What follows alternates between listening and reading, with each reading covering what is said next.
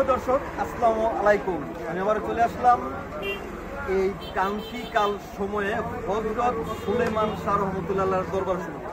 আপনারা জেনে থাকবেন আমরা বিভিন্ন সময়ে হযরত সুলেমান শাহ রহমতুল্লাহর দরবার শরীফে টপিক আপনাদেরকে দিয়ে থাকি।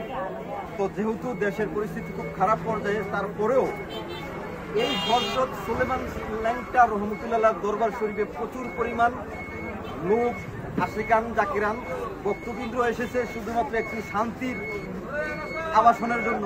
তো চলুন আজকে আমরা ঘুরে ঘুরে দেখবো এবং আপনাদেরকে দেখাবো কি পরিমাণ লোক এই হযরত সুলেমান শাহ রহমতুল্লাহর দরবার শরীফে আগমন করেছেন। তো চলুন শুরু করা যাক আজকের টপিক এখান থেকে।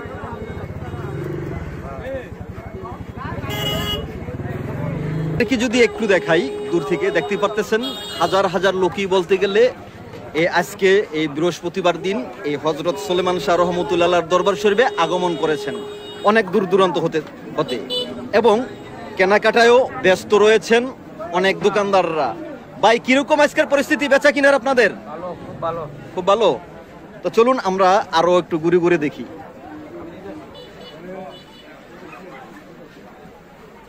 তো দর্শক, কিছু কিছু জায়গায় অত পরিমাণ বেচা কিনা নেই এবং কিছু কিছু খাদ্যদ্রব্য প্রচুর পরিমাণ বেচা কিনা চলছে এবং আসলে যে পরিমাণ লোকজন সাধারণভাবে হওয়ার কথা কিন্তু সেই পরিমাণ লোকজন নেই। অন্যান্য সময় দেখা গেছে এই ক্রান্তিকাল সময়েও এই হযরত সুলেমান শাহ রহমতুল্লাহ দরবার শরীফে হাজার হাজার লোকজন চলে এসেছেন এই হযরত সুলেমান শাহ রহমতুল্লাহ দরবার শরীফ থেকে একটু রহমত নেওয়ার জন্য। কি পরিস্থিতি আজকে আপনাদের? ব্যবসা বাণিজ্য কিরকম চলছে? কোনো পরিস্থিতি খারাপ বা কোনো ঝামেলা সৃষ্টি এরকম হয় কি?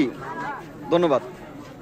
তো আমরা আসলে ঘুরে ঘুরে একটু দেখতে চাচ্ছি এবং আপনাদেরকে দেখাতে চাচ্ছি যে আসলেই এই গ্রাম অঞ্চলে হযরত সুলেমান শাহ রহমতুল্লাহ দরবার শরীফে তেমন কোনো ঝামেলা নেই বলতে গেলেই চলে, অনেক ব্যবসায়ীরা বলেছেন।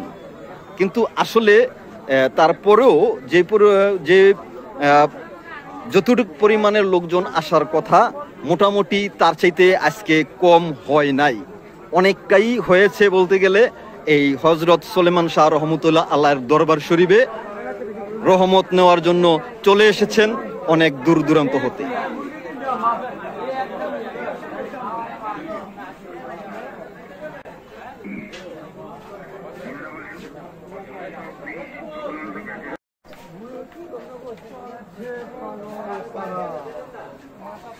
সবসময় লোকে ভরপুর থাকে কিন্তু আজকে যথেষ্ট পরিমাণ লোকজন নেই বলতে গেলেই, যা আমরা দেখতে পাইলাম খুব কম।